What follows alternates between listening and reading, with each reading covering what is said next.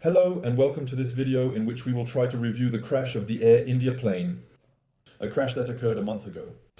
We will talk with my friend Gilles Dillard. Gilles, hello. Hi, Xavier Teitelman, Navy Air Traffic Controller, now a civilian sector controller.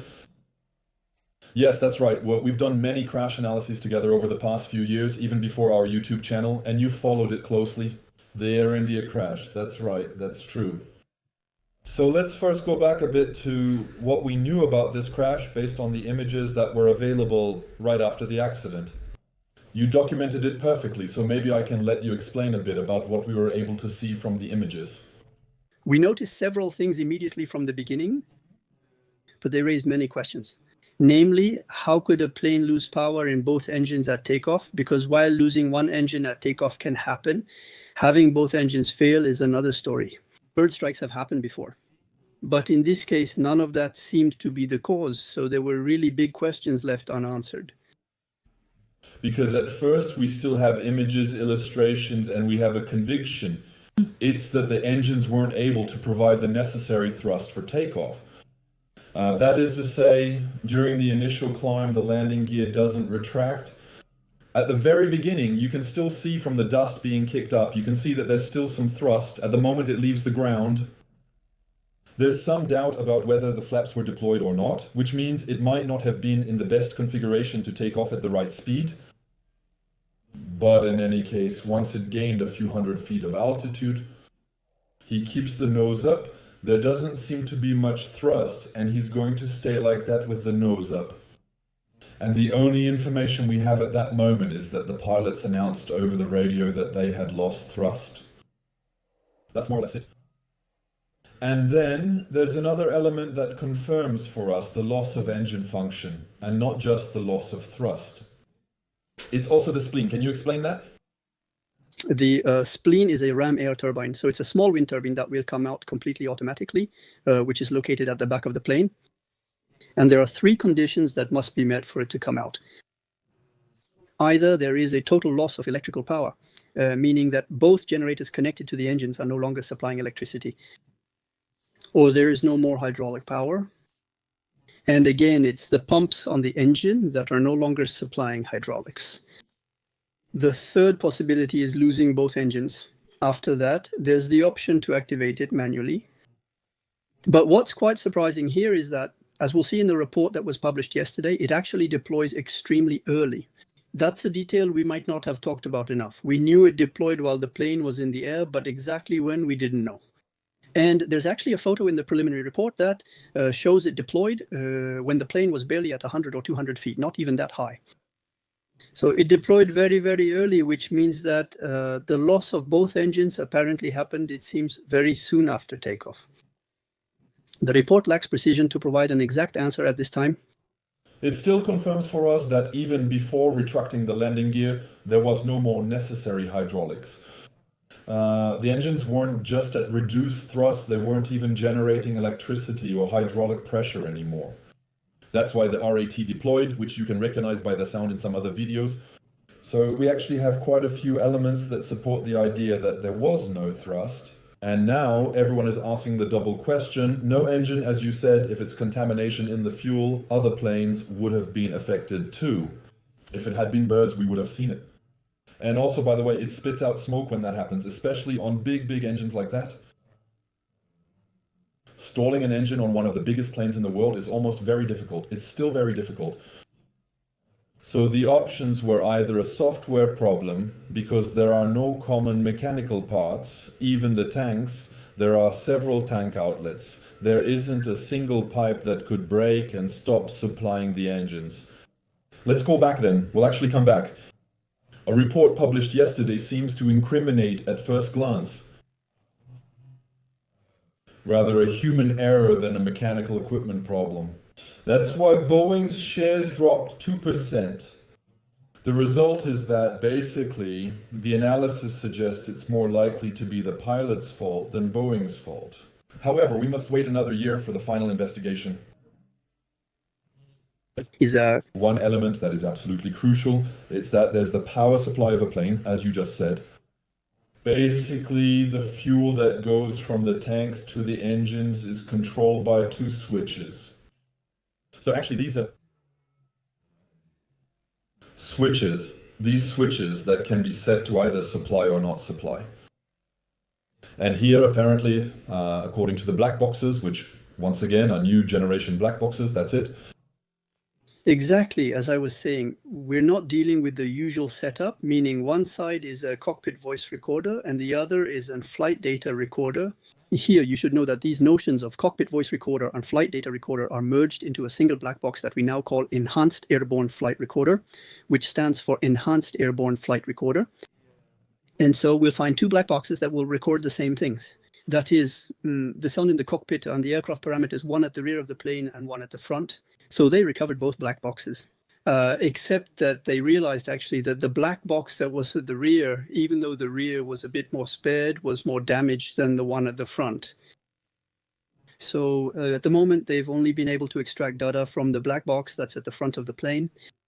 And the start was at the end of June, which is quite recent in comparison.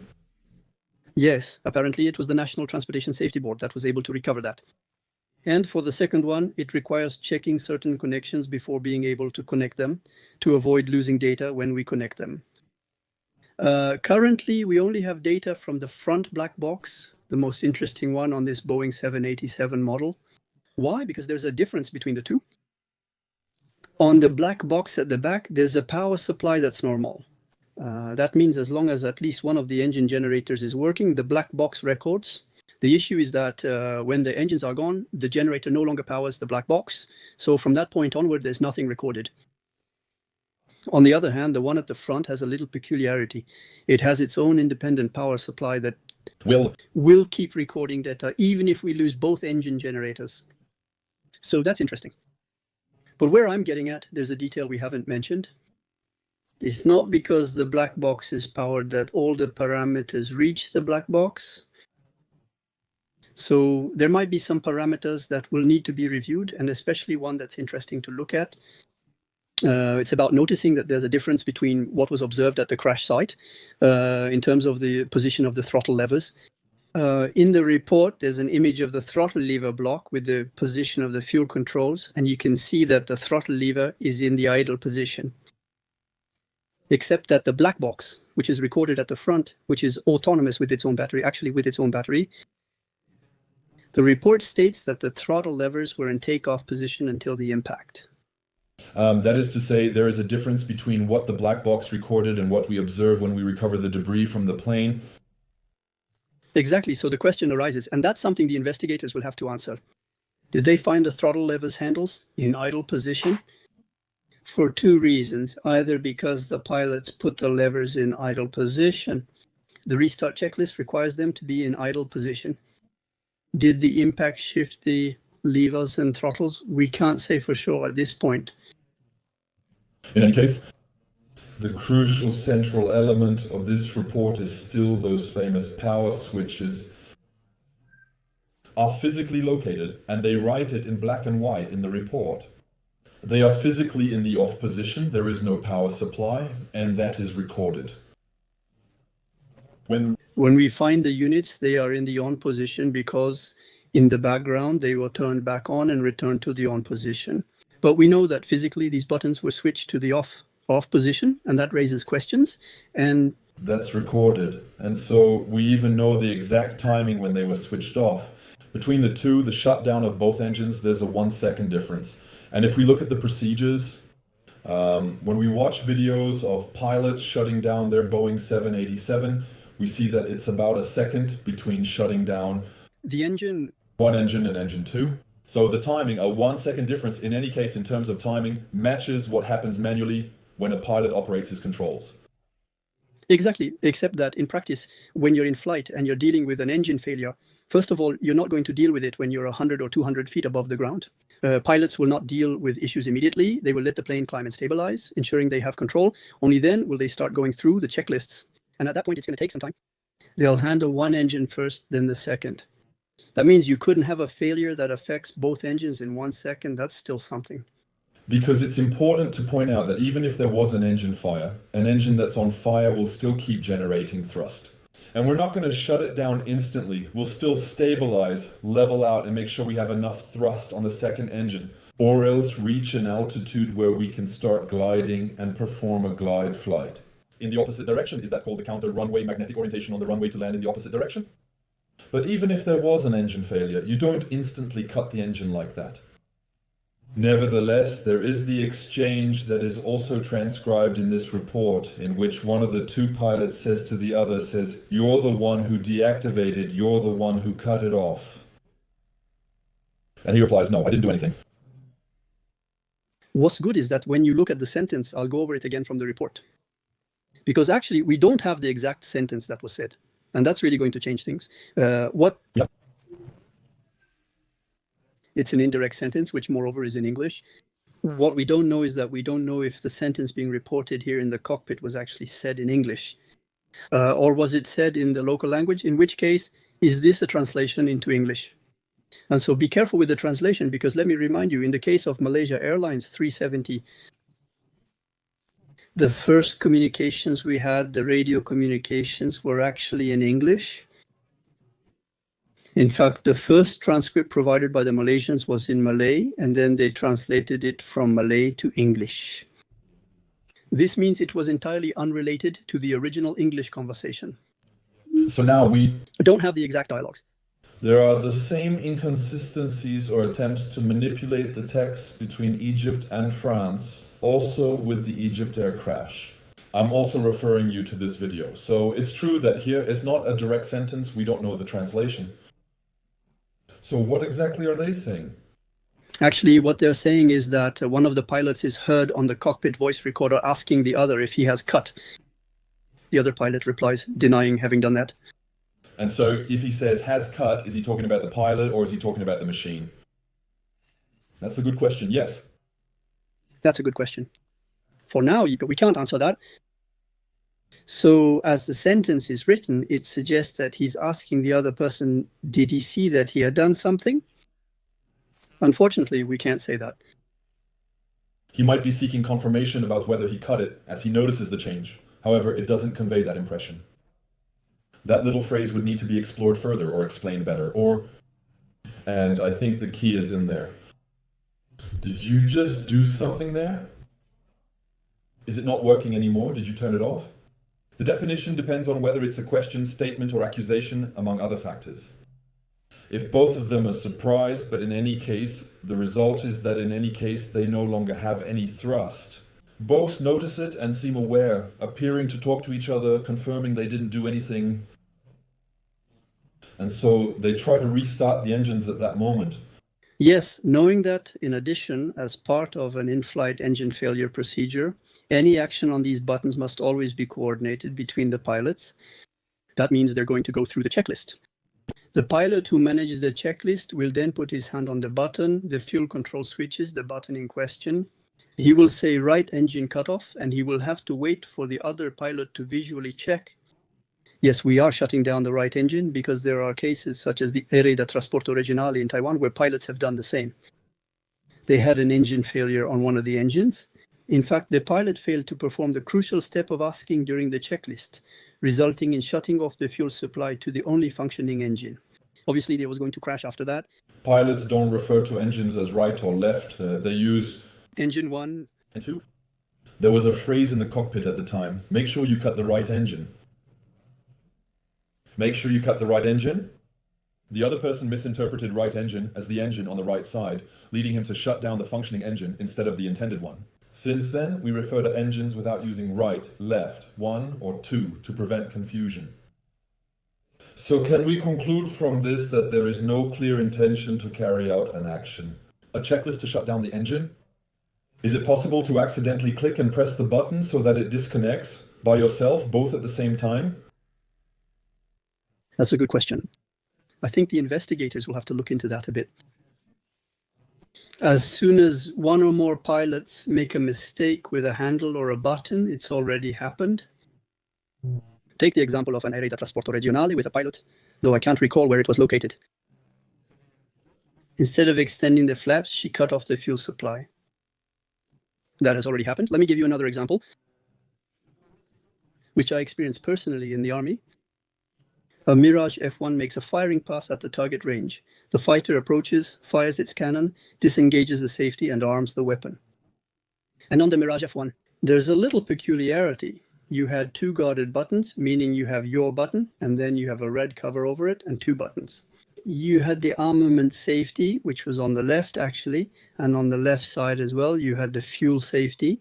And the pilot does this, it switches to cannon fire. And then when the plane passes in front of the tower, so it always goes full throttle, a loud noise. And then when the plane passes in front of the tower, it goes like this. We looked at each other. The officer shoots, that's not normal. And then we hear the pilot saying, I'm restarting, actually, the pilot. Instead of shutting it off, it's just about putting the safety back on. Armament. He had cut off the fuel supply. He immediately called to restart it. Fortunately, the sentence is incomplete. These military engines can instantly reach 100% thrust, unlike other engines. With a Drayman. 787. But you have to be at that speed. If the plane was below a certain speed, the engine, it wouldn't have restarted at low altitude. It would have ended badly. On the two engines, so they follow the procedure, they tried to restart, to refuel, and the report says that only one of the two engines actually restarted, also to come back to the increase to 87. Because we think that one of them started to restart and the other was in the process. But you see, it takes time, because these kinds of engines have a lot of inertia, so it takes time for them to ramp up and give more power again. It was too late. When it happened, it was way too low and impossible. They couldn't restart the engines. They had about 34 seconds between the failure and impact with the ground, and it would take at least 30 more seconds to have the engines generating enough thrust again to at least keep the plane at a stable altitude. Afterwards, we can't rule out a handling error either, completely by accident. Let me give you another example I experienced in the military. With a Mirage F1, the plane takes off in rames with its nose up as the second one comes up behind to join. And actually, as soon as the plane is climbing like that, they're pointing toward the ground. He speeds up from the tower thinking, it's fine, he's going to crash.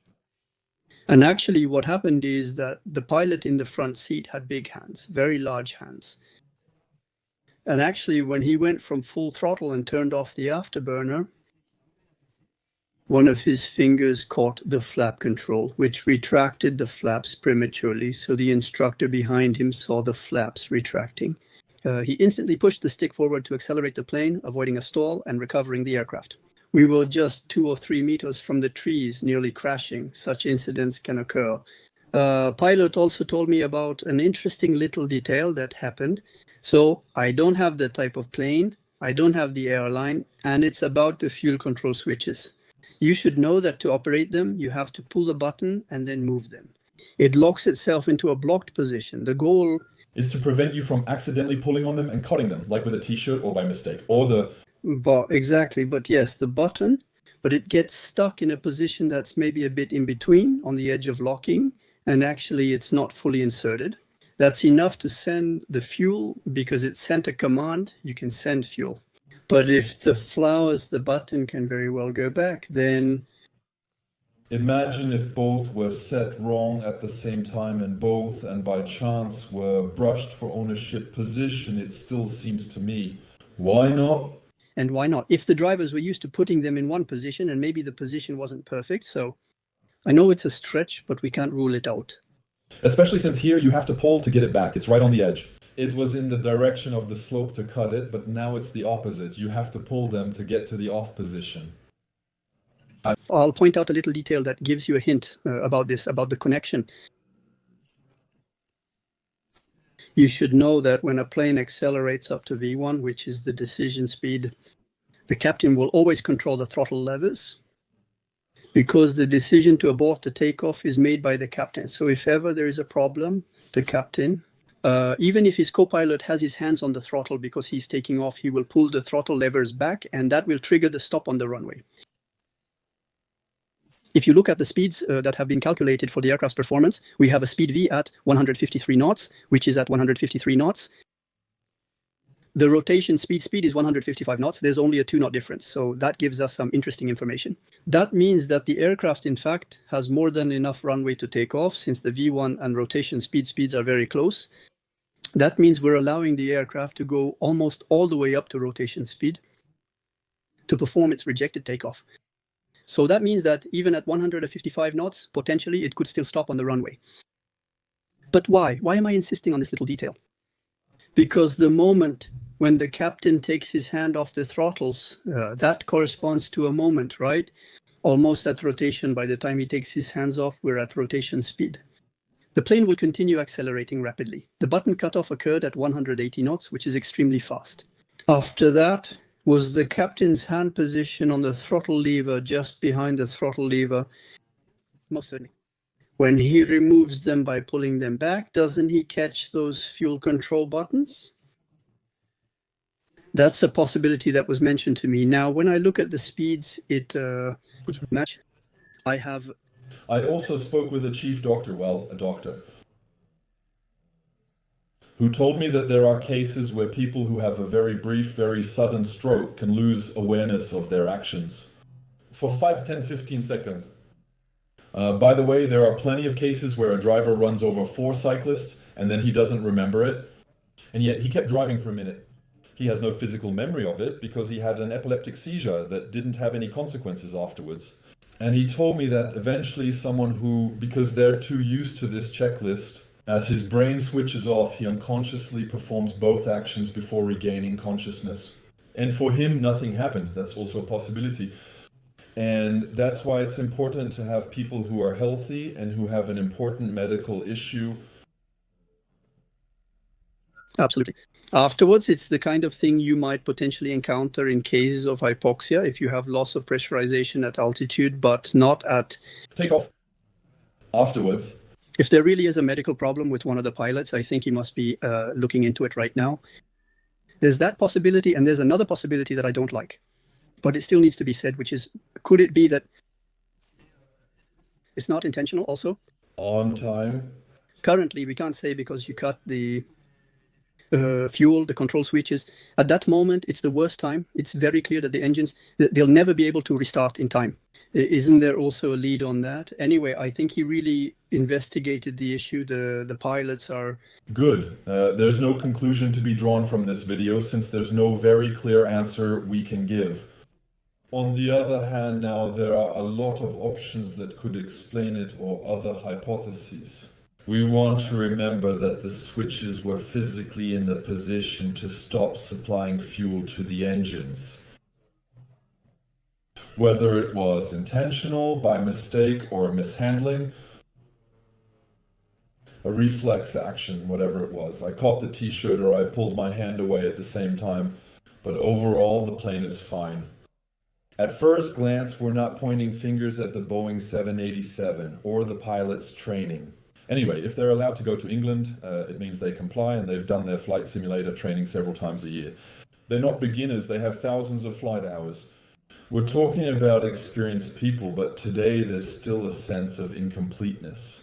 A month for this preliminary report that contains so little information.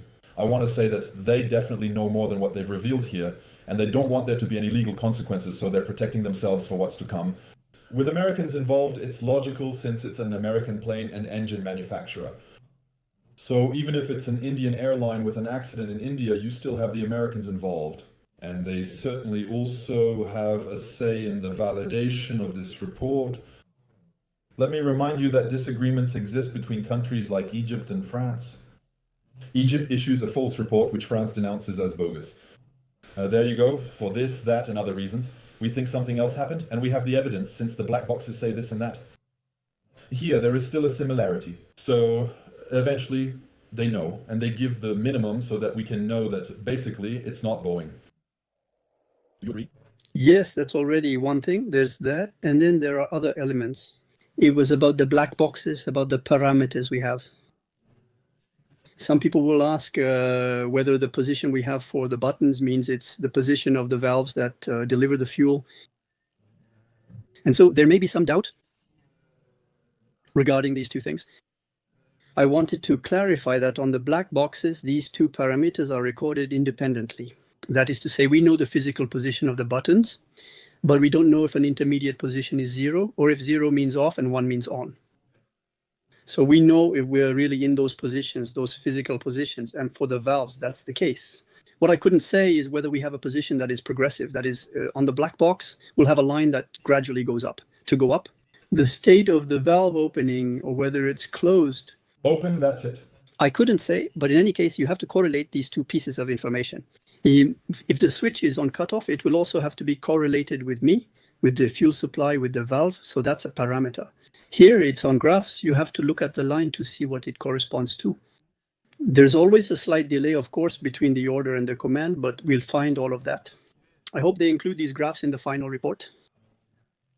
I'm still surprised that they're trying to explain and confirm with the debris showing pieces, casings, debris to confirm or refute what they've recorded on the black box. And logically, one is enough. And the fact that they put the buttons back to on. They're in the on position today, but it doesn't change much. But indeed, he confirms that there was an intention or an attempt to reset the engines, so he also shows the debris that was found in large quantities. With work that actually seems really serious on the part of the Indians. It also answers other questions we had, such as whether the flaps were actually deployed. The report includes a photo of the flap lever, clearly showing that the flaps were still deployed at the moment of impact. The landing gear was clearly in the down position, so they didn't touch it. Apparently, there was a question I raised about that, because the position of the main landing gear was questionable. Is it possible that maybe because there is no more hydraulics, the gear drops down like that? I don't know, but there are some things where we have a few answers about certain issues. Not everything, but we'll definitely have to wait for the results of the full investigation. The train controller works the same way. Pull, lift, release. The shutters, there are little notches. You have to lift, you have to lower to move forward. So it didn't change position because of the impact. So we still have a lot of elements that allow us to rule out some of the hypotheses you made. I highly recommend watching your videos about this accident. They cover a wide range of topics related to Malaysia Airlines 310 and serve as a comprehensive resource on the subject. But there are a lot of elements. But there are a lot of additional elements that contradict some points and allow us to really focus